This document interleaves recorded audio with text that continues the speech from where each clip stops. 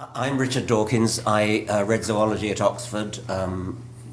My interest was rather more philosophical than natural history. I always was interested in the deep questions of existence: why are we here, what's it all about, what is life, where does it come from, and so on.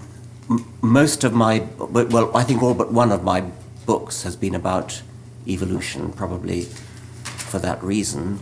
My final job was Charles Simone Professor of the Public Understanding of Science, and so I have an interest in science education, and I have an obvious interest in naturalism, atheism.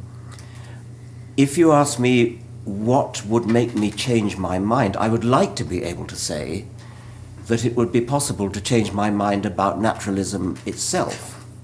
The problem is, I have a hard time imagining what anything but naturalism would look like.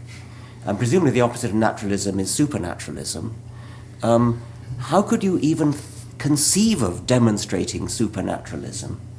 And so although I lay that out as being a thing that I would like to be able to say I could change my mind about, I can't on the face of it imagine what that change of mind would look like, because the very word supernaturalism seems to me to be incoherent and actually meaningless.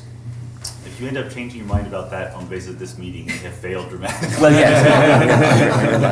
Why exactly would you like to change your Oh, only because broad-minded, open-minded scientists are supposed to be ready and willing to change their minds if new evidence comes in. What I'm saying is that I cannot imagine what evidence for supernaturalism could possibly look like.